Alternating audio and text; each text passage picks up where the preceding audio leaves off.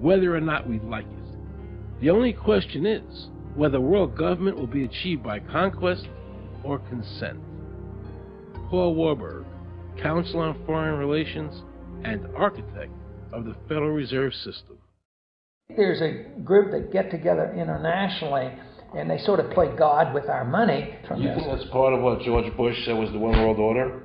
They can't have a new world order only with a world police, military. Right. I think the financial system ultimately is even more important than the guns.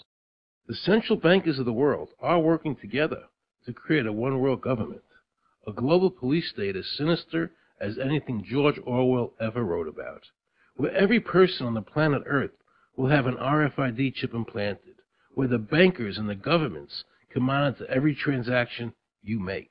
A chip in everybody would be the universal monetary system par excellence, because there'd be no escape from it. And you'd be totally under the control of those who issue the electronic impulses in that chip. Their strategies are being accomplished through the World Trade Organization, the International Monetary Fund, and the Bank for International Settlements, which is the central bank for all the central banks of the world. Most people don't have a clue that these unelected private bankers actually control the governments of the world. They have financed and profited from every war since World War I without concern for humanity. The war in Iraq is an attempt by the Federal Reserve and their partner, the Bank of England, to control the Middle East and to make it a part of the New World Order. To defend the New World Order, U.S. soldiers will have to kill and die. Arthur Schlesinger, Counselor on Foreign Relations. Military men are just dumb, stupid animals to be used as pawns in foreign policy. Henry Kissinger, Counselor on Foreign Relations. Now let's listen to this quote by Robert Reich, a member of President Clinton's cabinet and one of his most trusted advisors. The dirty little secret is that both houses of Congress are irrelevant. America's domestic policy is now being run by Alan Greenspan and the Federal Reserve. America's foreign policy is now being run by the International Monetary Fund.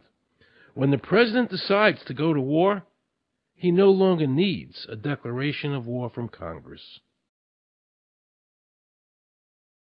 Dr. Carol Quigley, professor from Georgetown University, who was also President Clinton's mentor, said in his book, Tragedy and Hope, the powers of financial capitalism had a far-reaching aim, nothing less than to create a world system of financial control in private hands, able to dominate the political system of each country and the economy of the world as a whole.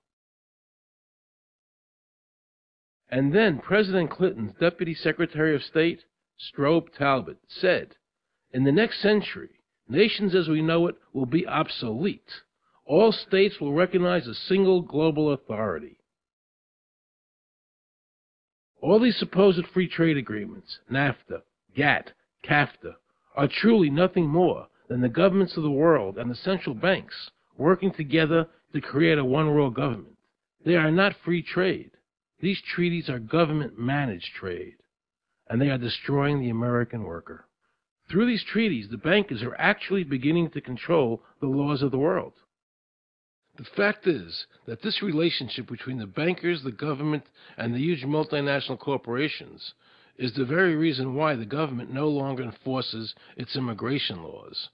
The bankers want a one-world government without borders, and the American government is obeying them. If the government was so worried about terrorism, why are they leaving the borders open, but at the same time telling American citizens they need an ID card with an RFID chip?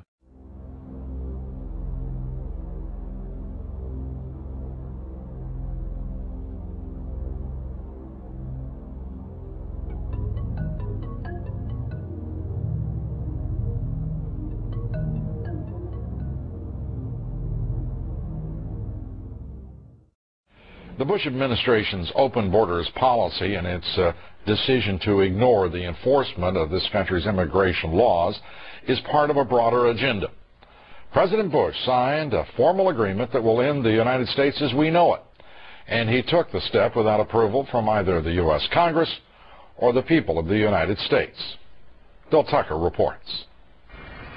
The Security and Prosperity Partnership of North America sounds benign, hardly like a policy that critics call NAFTA on steroids. It's a deal that few have even heard of. It's being done again by very few people at the very top on behalf of the investment class, but the working class of people, political officials across our country, from communities, from cities and so forth, they don't know anything about this. Yet it was agreed to by Mexico's President Fox, Canada's Prime Minister Martin, and President Bush in 2005. Administration officials counter their critics by saying everything about SPP is on the White House website. And they say the partnership is not a treaty, but more of an outline of priorities between the United States, Mexico, and Canada. Still, some wonder why there haven't been public discussions about the goals being pursued. You know, I was asked the other day about whether or not I really thought the American people had the stomach to stand up and stop this nonsense, this direction from a group of elites in absolute contravention of our law, of our Constitution, every national value. And I hope, I pray that I'm right when I said yes. But this is beyond belief. Look what happened in Europe. The people that voted down the European Constitution wanting each country to stay sovereign. Yet the private central bankers are pushing the governments forward to make this Constitution happen, even though the people voted against it, and clearly do not want a world government nor one European government.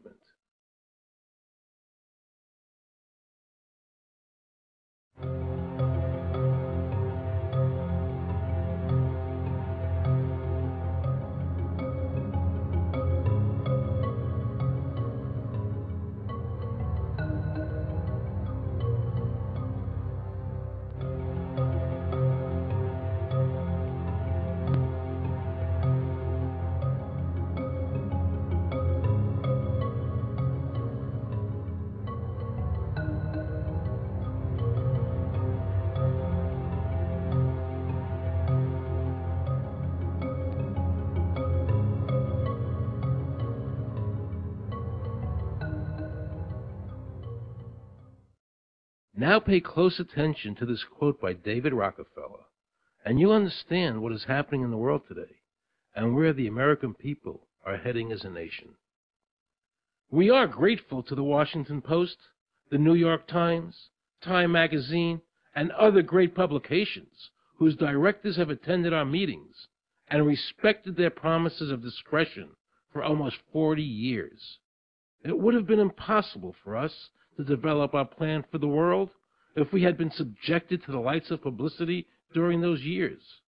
But now, the world is more sophisticated and prepared to march towards a world government.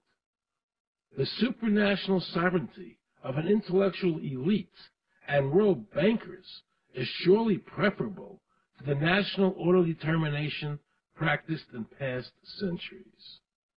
David Rockefeller, a member of the Council on Foreign Relations, actually believes that we would be better off if he and his banker friends ran the world.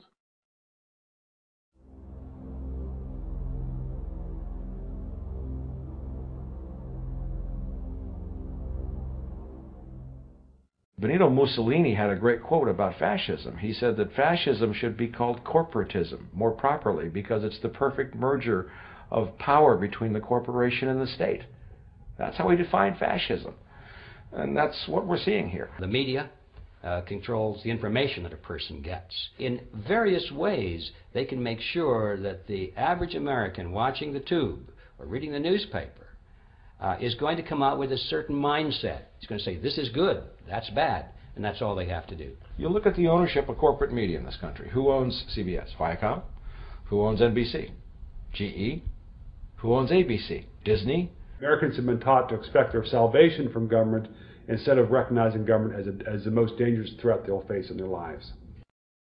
And the United States putting together a constitution now for Iraq.